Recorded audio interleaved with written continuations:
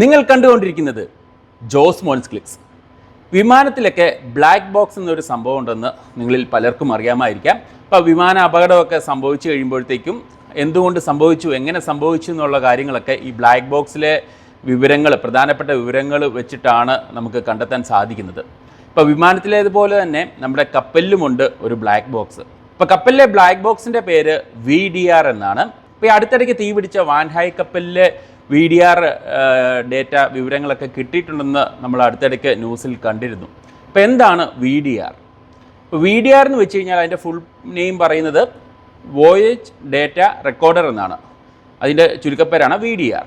അപ്പോൾ നമ്മൾ കപ്പലിൻ്റെ തലച്ചോറായ ഈ ഒരു കപ്പലോടിക്കുന്ന സ്ഥലമായ നാവിഗേഷണൽ ബ്രിഡ്ജിലെ പല കാര്യങ്ങളും എപ്പോഴും റെക്കോർഡ് ചെയ്യപ്പെട്ടുകൊണ്ട് ഇരിക്കുകയാണ്. അതിൽ പ്രധാനപ്പെട്ട ഒന്നാണ് ഈ ഓഡിയോ.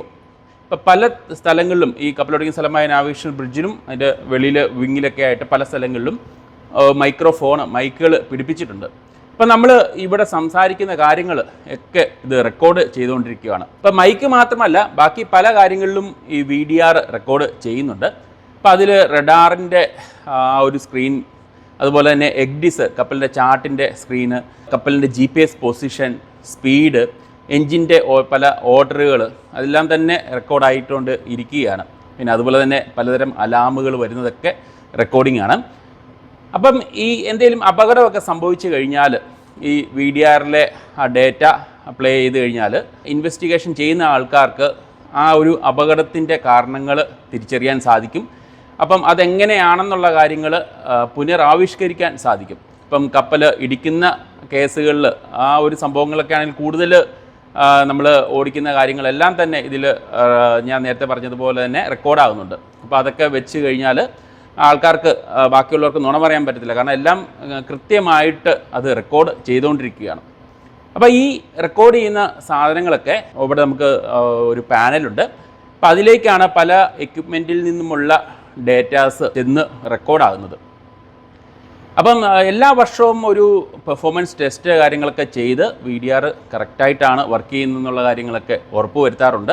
2014 മുമ്പ് ഉണ്ടാക്കിയ കപ്പലുകളിലൊക്കെ അറ്റ്ലീസ്റ്റ് 12 മണിക്കൂറെങ്കിലും VDR റെക്കോർഡിംഗ് വേണം എന്നുള്ള കാര്യം നിർബന്ധമായിരുന്നു. ഇപ്പോൾ 2014 ശേഷം നിർമ്മിച്ചിരുന്ന കപ്പലുകളൊക്കെ 48 മണിക്കൂർ ഡേറ്റാസ് റെക്കോർഡഡ് ആയിരിക്കണം, കഴിഞ്ഞ 48 മണിക്കൂർ എങ്കിലും മിനിമമായിട്ട് വേണം എന്നുള്ള കാര്യം നിയമപ്രകാരം ഉള്ളതാണ്. അപ്പം നമ്മുടെ CCTVയിലൊക്കെ റെക്കോർഡ് ആകുന്നത് പോലെ തന്നെ ഇതിങ്ങനെ റെക്കോർഡ് ആയിക്കൊണ്ടിരിക്കും. അപ്പോൾ കുറച്ച് നേരം കഴിയുമ്പോഴത്തേക്ക് ഇത് ഓവർ റൈറ്റ് ആയി പോകും. അപ്പോൾ അതുകൊണ്ട് തന്നെ എന്തെങ്കിലും അപകടമോ എന്തെങ്കിലും സംഭവിച്ചു കഴിഞ്ഞാൽ നമ്മൾ ഈ ഒരു പാനലിൽ പോയിട്ട് അതിനെ പ്രസ് ചെയ്ത് സേവ് ചെയ്യാറുണ്ട്. അല്ലെങ്കിൽ ഈ അപകടം സംഭവിച്ച് കുറേ മണിക്കൂറുകൾക്ക് ശേഷം ഈ സംഭവം ഓവർ റൈറ്റ് ആയിട്ട് പോകാനുള്ള ചാൻസസ് ഉണ്ട്.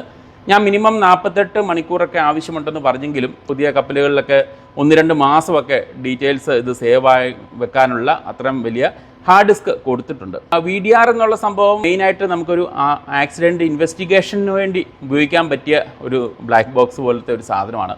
ഇപ്പം എല്ലാ ഈ ഒരു സംഭാഷണങ്ങളൊക്കെ നമുക്ക് പിന്നെ നുണ പറയാൻ പറ്റത്തില്ല. കാരണം നമ്മളിപ്പം ആ ഒരു സംഭവം നടന്നുകൊണ്ടിരിക്കുന്നത്, ഇപ്പം ഞാൻ ഈ സംസാരിക്കുന്നത് പോലും റെക്കോർഡ് ആയിക്കൊണ്ടിരിക്കുകയാണ്. കപ്പലിപ്പം തുറമുഖത്ത് നിർത്തിയിട്ടിരിക്കുകയാണ്.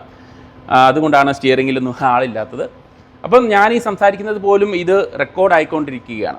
അപ്പം ഇങ്ങനത്തെ പല കാര്യങ്ങളും, അതായത് നമ്മളെ സംഭാഷണമോ VHF കൂടെ നമ്മൾ വേറെ കപ്പലുമായിട്ട് സംസാരിക്കുന്നതോ അല്ലെങ്കിൽ വോക്കി ടോക്കിയുടെ ഒരു ക്രൂ മെമ്പറുമായിട്ട് സംസാരിക്കുന്നതോ എല്ലാം തന്നെ ഇത് റെക്കോർഡ് ചെയ്തുകൊണ്ടിരിക്കുകയാണ്.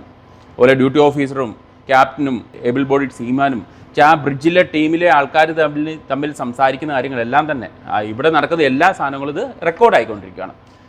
ഇപ്പോൾ സാധാരണയായിട്ട് എന്തെങ്കിലും തീപിടുത്തമൊക്കെ സംഭവിച്ചു കഴിഞ്ഞാൽ അല്ലെങ്കിൽ ആരെങ്കിലും വെള്ളത്തിലൊക്കെ പോയി കഴിഞ്ഞാൽ കപ്പലോടിക്കുന്ന സ്ഥലമായ നാവിഗേഷണൽ ബ്രിഡ്ജിലാണ് ആദ്യമേ അറിയിക്കാറുള്ളത്. അപ്പം ഈ ഒരു റെക്കോർഡിങ്സ് നോക്കിക്കഴിഞ്ഞാൽ ആ സമയം അനുസരിച്ച് ഇന്ന സമയത്ത് എന്താണ്, ആരാണ് ഇൻഫോം ചെയ്തത്, എല്ലാ കാര്യങ്ങളും നമ്മൾ ഈ ഒരു ഓഡിയോ റെക്കോർഡിങ് നടപ്പുണ്ട്.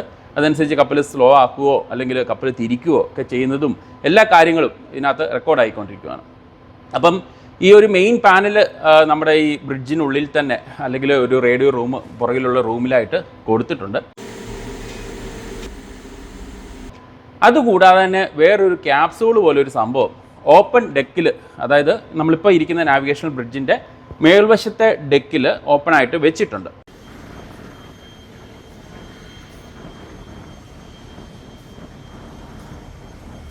അപ്പോൾ അതൊക്കെ തീപിടുത്തത്തിൽ നിന്നും അതുപോലെ വെള്ളത്തിൻ്റെ പ്രഷറിൽ നിന്നൊക്കെ പ്രൊട്ടക്റ്റഡായിട്ട് അത്രമാത്രം നല്ല സ്ട്രോങ് ആയിട്ട് നിർമ്മിച്ച് വെച്ചിരിക്കുന്ന ഫയർ പ്രൂഫൊക്കെയാണ്.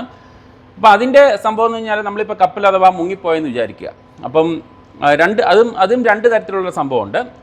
ചിലത് ഇപ്പം നമ്മുടെ കപ്പലിലുള്ളത് അത് അവിടെ ഫിക്സ്ഡ് ആയിട്ട് ഇരിക്കുന്നതാണ്. ഇപ്പം കപ്പൽ മുങ്ങുന്നതിൻ്റെ കൂടെ തന്നെ അത് മുങ്ങിപ്പോവും. പക്ഷേ വെള്ളമായിട്ട് അതിൻ്റെ കൂടെ ഒരു അക്കോസ്റ്റിക് ഒരു ബീക്കൺ കൊടുത്തിട്ടുണ്ട്. ഇപ്പം വെള്ളം അതിൽ കയറുമ്പം ഈ സംഭവം ഒരു ചെറിയൊരു വേവ്സ്, ഒരു തരംഗം അത് പുറപ്പെടുവിക്കാൻ തുടങ്ങും. അപ്പോൾ ഈ കപ്പൽ കിടക്കുന്ന ഭാഗത്ത് ഈ സംഭവം കിടക്കുന്നിടത്തുനിന്ന് ഈ തരംഗം പുറത്തോട്ട് പോകുമ്പോഴത്തേക്കും അപ്പോൾ ഈ തരംഗത്തിനെ ഡിറ്റക്റ്റ് ചെയ്തിട്ട് നമുക്കിത് കണ്ടുപിടിക്കാൻ സാധിക്കും. എന്നിട്ട് ഈ വെള്ളത്തിൻ്റെ പ്രഷറിലൊന്നും ഈ സാധനം കേടാകത്തില്ല. അപ്പോൾ അതിനകത്ത് നിന്ന് നമുക്ക് ഡേറ്റ റിട്രീവ് ചെയ്തെടുക്കാം. ബാക്കി ചില ഷിപ്പുകളിൽ ഇതൊരു ഫ്ലോട്ട് ഫ്രീ ക്യാപ്സൂൾ എന്ന രീതിയിലാണ് കണ്ടിരിക്കുന്നത്. അതായത് ഈ കണ്ടേക്കുന്ന ഈ സംഭവം തന്നെ ഹൈഡ്രോസ്റ്റാറ്റിക് റിലീസ് യൂണിറ്റ് എന്ന് പറഞ്ഞൊരു യൂണിറ്റുമായിട്ട് ബന്ധപ്പെടുത്തിയാണ് കപ്പലിൻ്റെ ഓപ്പൺ ഡെക്കിൽ വെച്ചിരിക്കുന്നത്.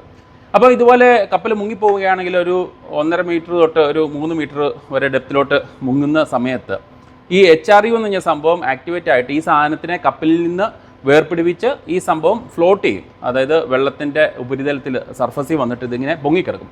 അപ്പോൾ അവിടെ നിന്ന് ഇതുപോലെ തന്നെ സിഗ്നൽ, ചിലതിനകത്ത് ബിൽറ്റിൻ GPS ഉണ്ട്, ചിലതിനകത്ത് emergency position indicating beacon, radio beacon ഉണ്ട്.